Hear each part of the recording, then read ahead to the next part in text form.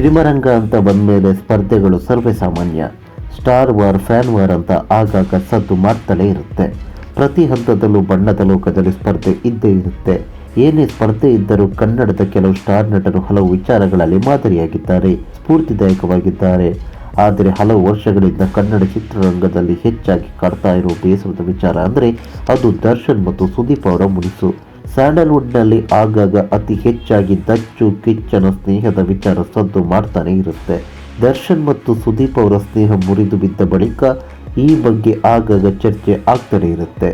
ಇದಕ್ಕೆ ಕಾರಣ ದರ್ಶನ್ ಮತ್ತು ಸುದೀಪ್ ಅಷ್ಟು ಒಳ್ಳೆಯ ಸ್ನೇಹಿತರಾಗಿ ಇದ್ದಿದ್ದು. ಕನ್ನಡದ ಈ ಇಬ್ಬರು ಸೂಪರ್ ಸ್ಟಾರ್ಗಳು ತಮ್ಮ ಸ್ನೇಹವನ್ನು ಮುರಿದುಕೊಂಡು ಬಹಳ ವರ್ಷಗಳೇ ಕಳೆದು ಹೋಗಿವೆ.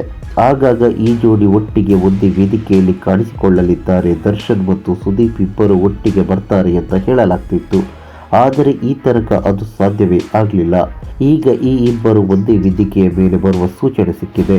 ಕನ್ನಡ ಚಿತ್ರರಂಗದ ದೊಡ್ಡ ಸ್ಟಾರ್ಗಳಾದ ದರ್ಶನ್ ಮತ್ತು ಸುದೀಪ್ ತಮ್ಮ ಸ್ನೇಹಕ್ಕೆ ಎಳ್ಳು ನೀರು ಬಿಟ್ಟು ವರ್ಷಗಳೇ ಕಳೆದಿವೆ. ಅಲ್ಲಿಂದ ಇಲ್ಲಿಯ ತನಕ ಇಬ್ಬರು ಒಟ್ಟಿಗೆ ಸೇರುವ ಯಾವುದೇ ಲಕ್ಷಣಗಳು ಕಂಡು ಬಂದಿಲ್ಲ. ಆದರೆ ಈಗ ಈ ಜೋಡಿ ಒಟ್ಟಿಗೆ ಒಂದೆಡೆ ಸೇರಲಿದ್ದಾರೆ ಎನ್ನುವ ಸಿಹಿ ಸುದ್ದಿಯೊಂದು ಹರಿದಾಡ್ತಾ ಇದೆ.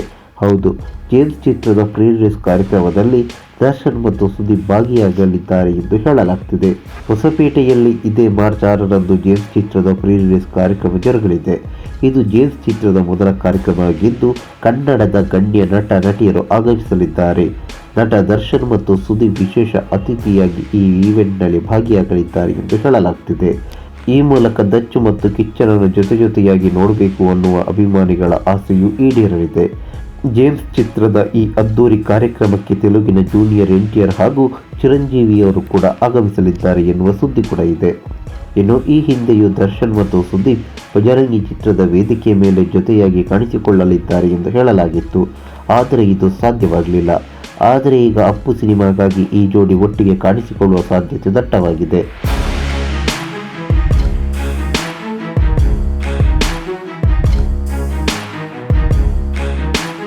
ಈ ಮಾಹಿತಿ ನಿಮಗೆ ಇಷ್ಟವಾಗಿದ್ದರೆ ಲೈಕ್ ಮಾಡಿ, ಶೇರ್ ಮಾಡಿ, ಹಾಗೆ ನಮ್ಮ ಕೋಸ್ಟಲ್ ಕನ್ನಡ ಯೂಟ್ಯೂಬ್ ಚಾನಲ್ಗೆ ಸಬ್ಸ್ಕ್ರೈಬ್ ಮಾಡಿ. ನಮ್ಮ ಹೆಚ್ಚಿನ ಅಪ್ಡೇಟ್ಸ್ಗಳಿಗಾಗಿ ಕೋಸ್ಟಲ್ ನೆಟ್ವರ್ಕ್ ಇನ್ಸ್ಟಾಗ್ರಾಮ್ ಪೇಜ್ ಹಾಗೆ ಫೇಸ್ಬುಕ್ ಪೇಜ್ಗೆ ವಿಸಿಟ್ ಮಾಡಿ. ಧನ್ಯವಾದಗಳು.